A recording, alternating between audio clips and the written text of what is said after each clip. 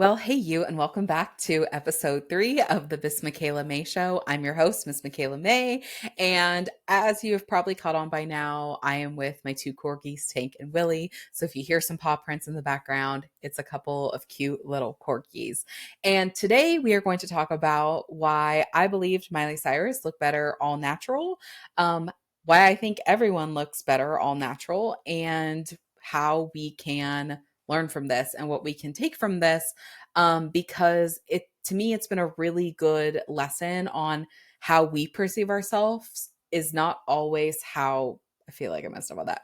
It's not always how we are.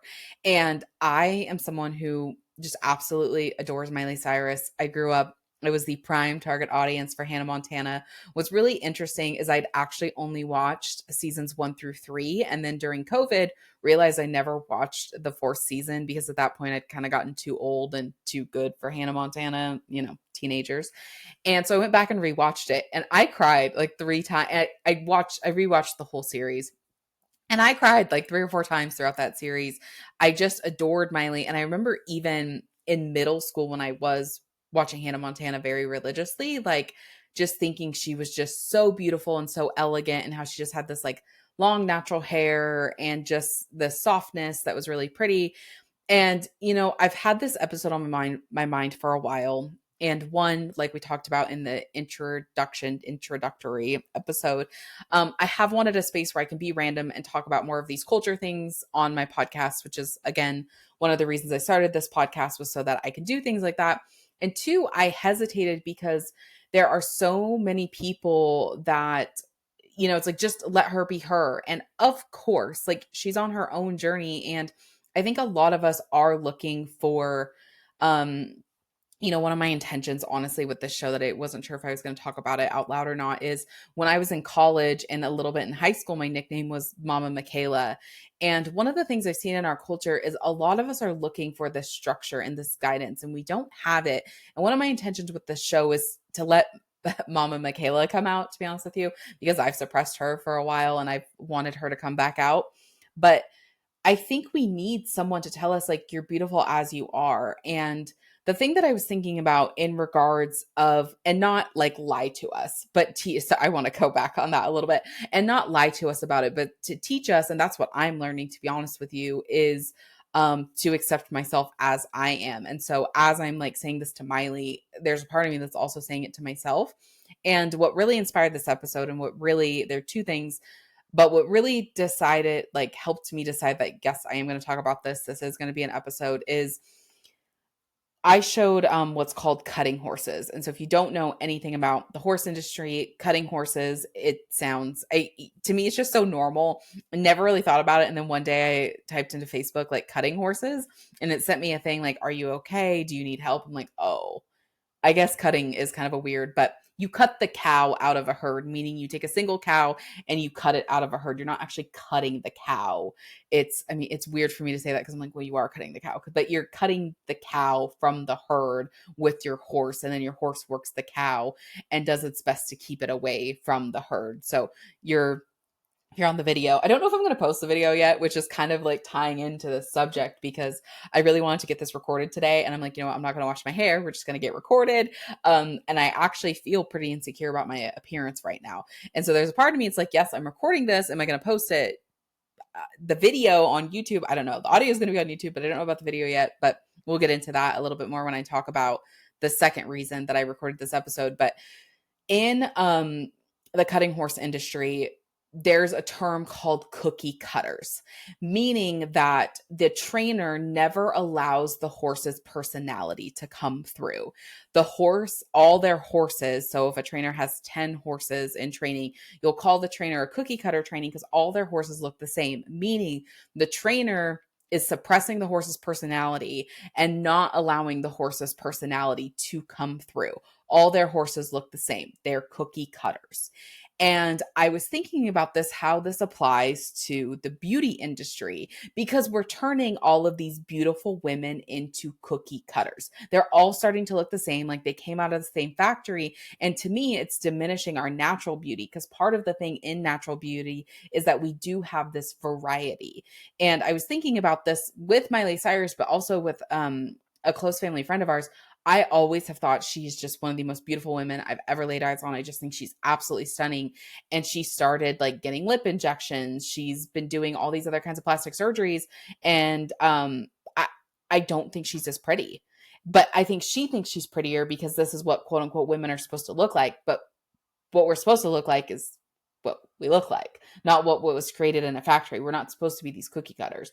And so that was the first thing that inspired me to talk about this, is realizing like we're not prettier when we all look the same, because now you just look like every other like biatch coming out of this factory.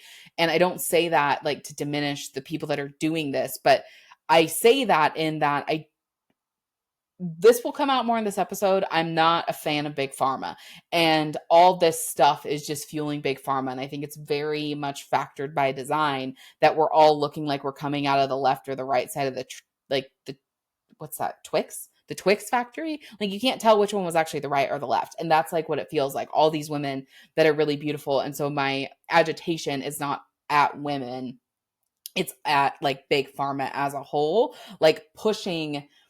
And this will go into the second reason that this will tie in. I guess this is a good transition for me, is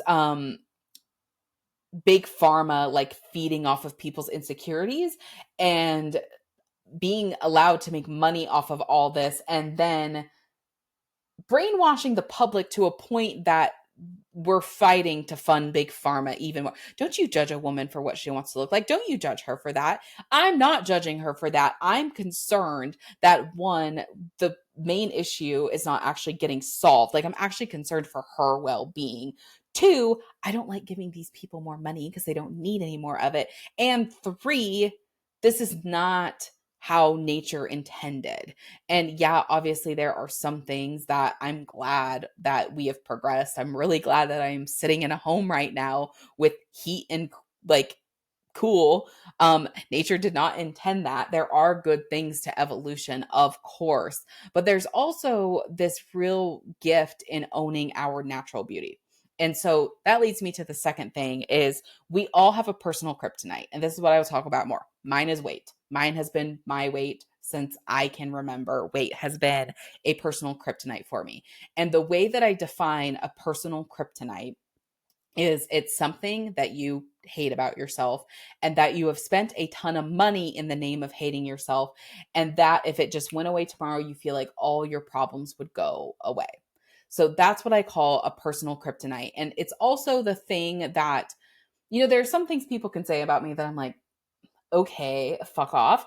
But if they said something to me about my weight, that would hit me below the knees. And that's another way you can start to identify what your personal kryptonite is. It's that thing someone can say to you that would just hit you below the knees. And it's also that thing that you have spent a lot of time, money, and resources on in the name of hating yourself, hoping that if this thing goes away, all your problems would magically be solved.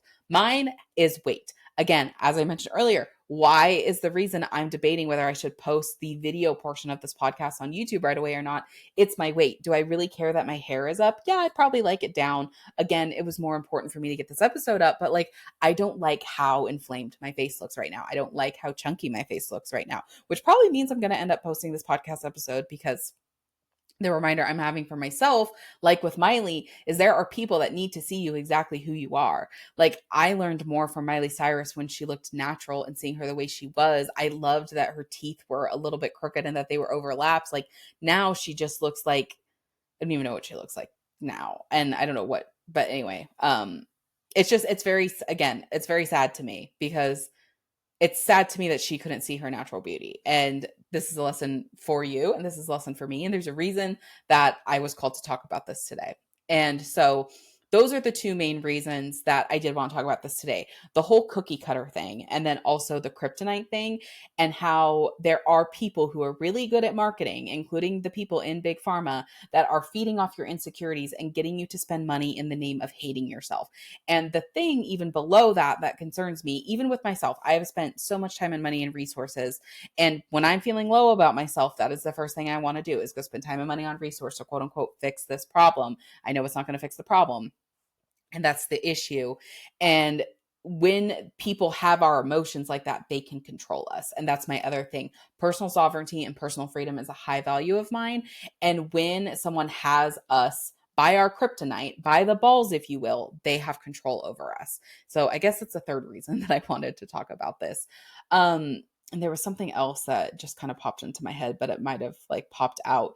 That is like the fourth. Yeah, that is the fourth thing is it's not actually going to solve the problem. And this is what I have to tell myself when I feel like this kryptonite and the powers at B, I'm being a little dramatic at this point, but have me by the balls. Like, and I feel like, or the puppet strings, if you will, like they've got me. The thing that I have to remind myself is I have been, I did CrossFit from 2000, late 2016 to late 2018. I got an injury, came back and did it for a couple more months.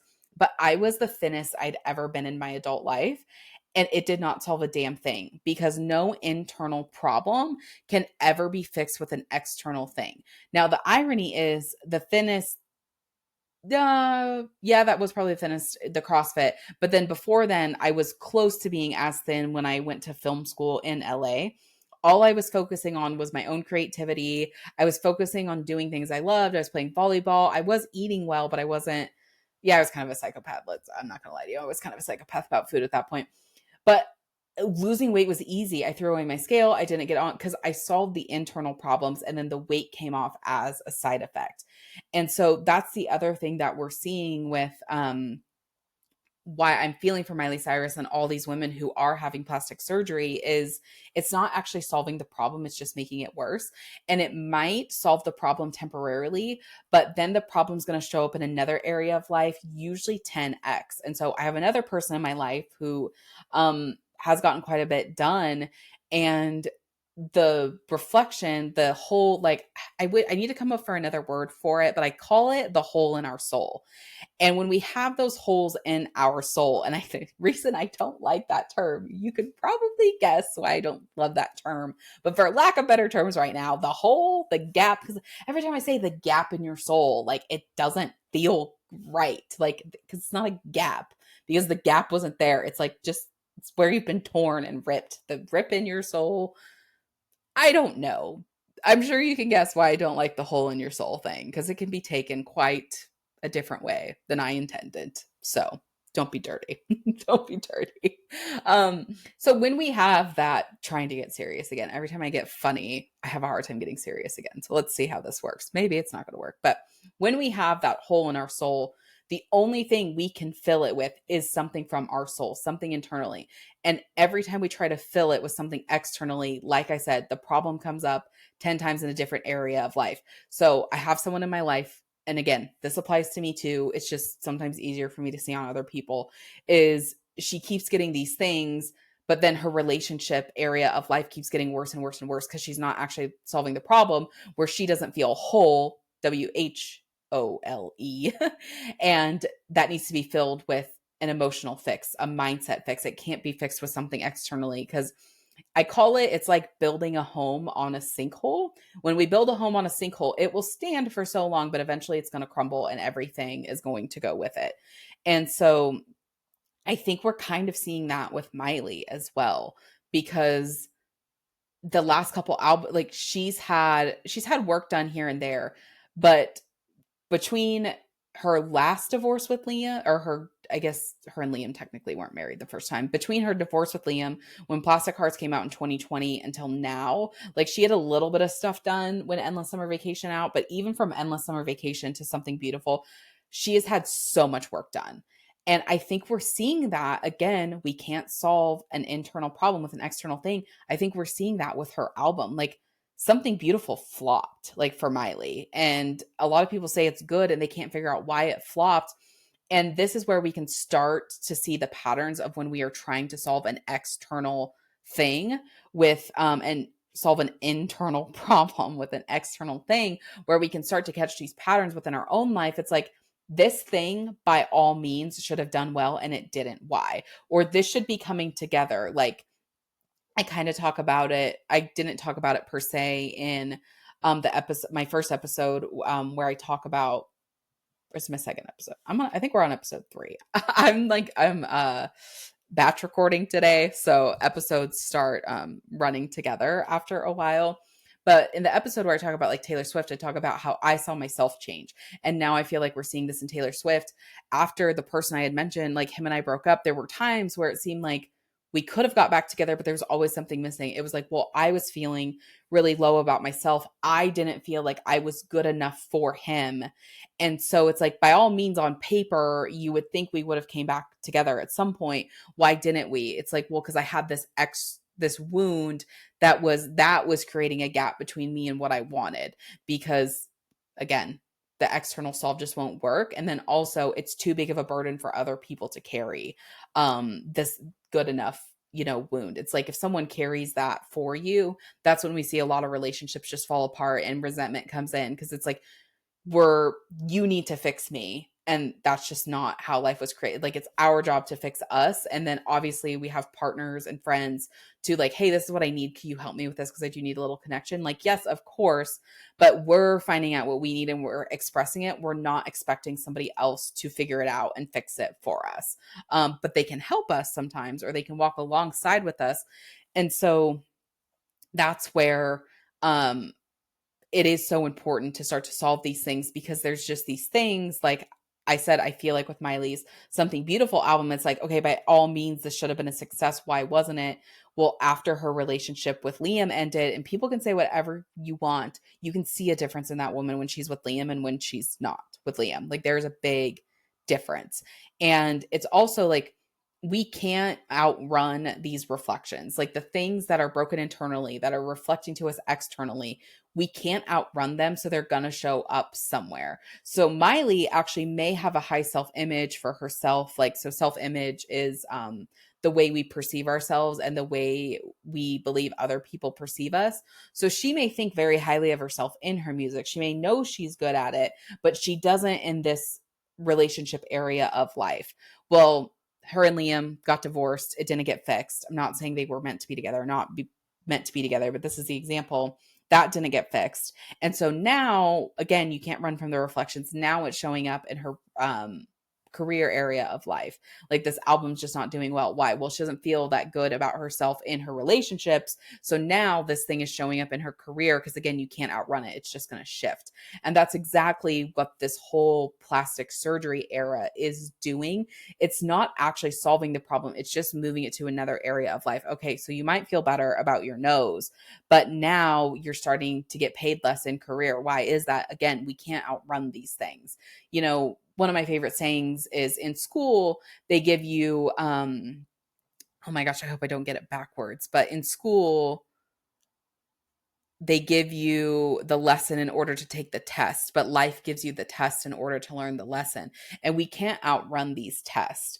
But that's what we're doing when we start to like inject ourselves with things. Or even for me, with my own personal kryptonite, you start to like look for any quick fix in a weight loss solution. Or not, for me, not addressing, like, I kind of briefly talked about it in the last episodes, but I realized at some point when I started on my healing journey and started looking at these things internally, started to realize, like, oh, after I experienced like childhood sexual abuse, that was when my body started to put weight on. Why would a body start to do that? Well, you don't feel safe. So the body starts to put this armor and this protection around you so that you can feel safe. Okay, well, if I try to work this weight off, if I try to force this weight off, without addressing the safety piece, instead of putting like us and our bodies on the same team, now we're on opposing teams. And the body, this is something I always say, like, nature and the body will always win. So now I'm fighting this force